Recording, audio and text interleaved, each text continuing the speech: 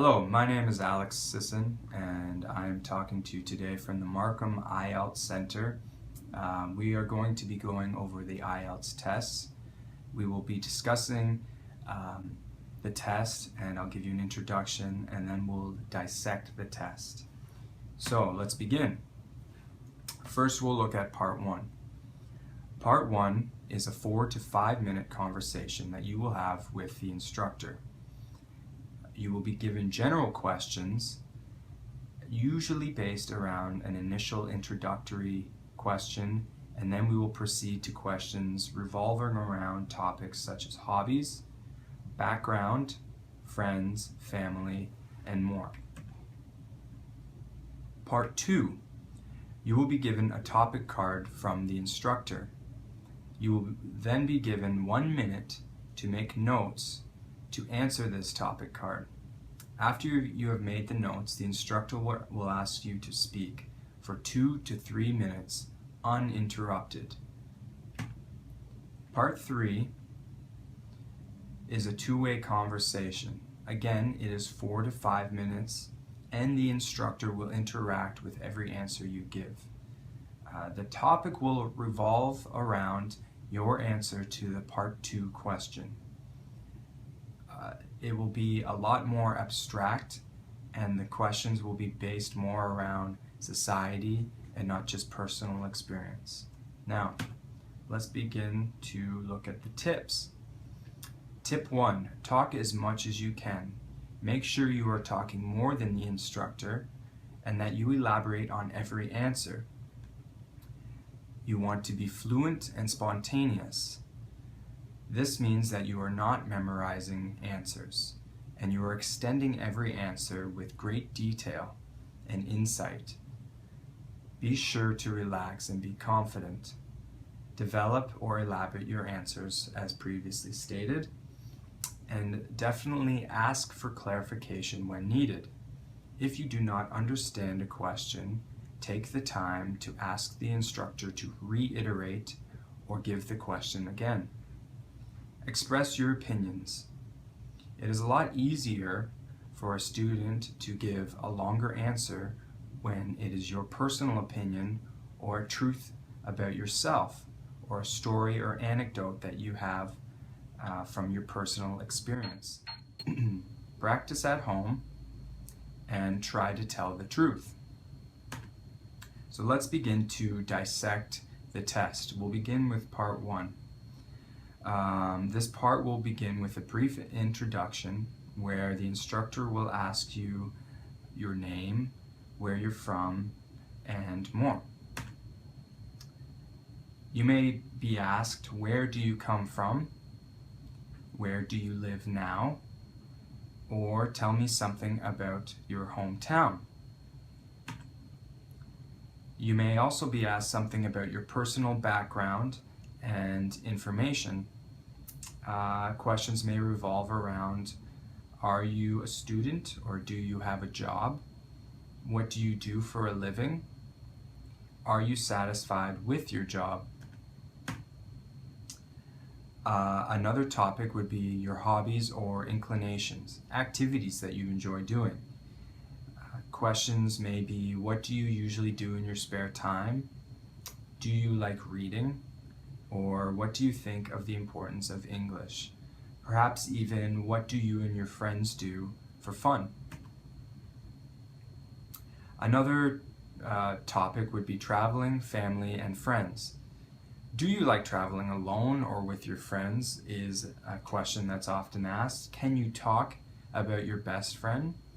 What do you usually do with your friends? Tell me something about your family. Or in what ways is your family important to you? So as you can see, the majority of these questions are based around your personal experience. So it is important that you reflect and attempt to give the truth in a fluent and spontaneous manner. We then move on to Part 2.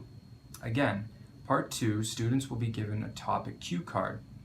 They will have 1 minute to make notes and then are expected to talk for 2 to 3 minutes uninterrupted. What this means is that the instructor will not interact with any of your answers. and you will be expected to more or less give a 2 to 3 minute speech.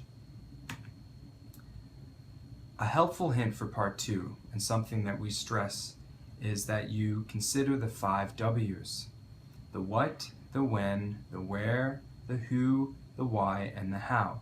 This will help you to strengthen your answer and to extend it so that you will be able to fill the 2 to 3 minute time period with ease. An example may be a question such as, or a topic such as, describe a game or sport you enjoy. You will have the 1 minute to reflect and write notes, brainstorm, and then you may want to consider what kind of sport it is that you enjoy playing, who you play it with, where you play it, and explain why you enjoy playing it. You may also want to share with the instructor, how does one play this sport?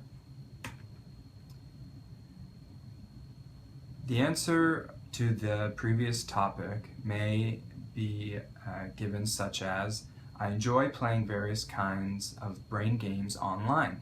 So as you can see here, it has the where. This person considers the where of the games that they are playing.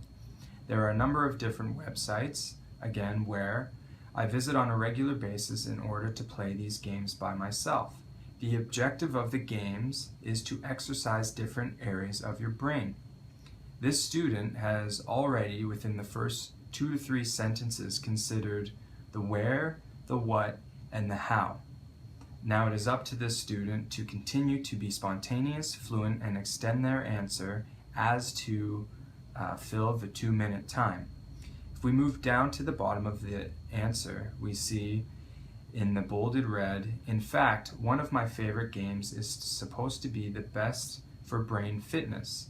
It involves solving a number of simple math problems using addition, subtraction, multiplication, and division as quickly as possible. I really hope these games will enable me to preserve my intellect and my memory into old age. This person again has extended their answer with the how of the game and what it can do to them and to society. It is this point that the student should expect to share in part 3 this answer as it relates to society. Now we move on to part 3. The instructor, as previously mentioned, will elaborate on an idea or topic revolving around your answer from part 2. An example would be, do you feel that young people spend too much time in front of a screen? Are games an important pastime for society? Or does it allow us to escape from our everyday lives? It is in this section that the student really needs to understand the importance of being spontaneous. The answers that you will give will revolve around the topic 2 and how it relates to society that we live in. Now, before we end this session, I want to go over the tips again. The first one, talk as much as you can. You want to talk more than the instructor. Also, fluent and spontaneous. This I stress strongly, as spontaneity is what will help you get a better grade or mark on the test. Do not memorize answers. The instructor is trained to decide whether you have memorized the answer or not. So make sure that you are spontaneous and do not memorize the answers. Relax and be confident. I understand that it is a very stressful test, but confidence and relaxation show that you have a thorough understanding of English. Develop or elaborate your answers.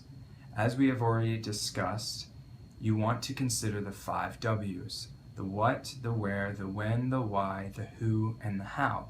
This tool will help you to elaborate your answers and extend them as to fill any time period that you are asked to fill. Ask for clarification when needed.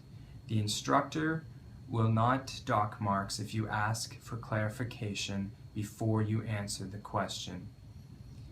Expressed opinions.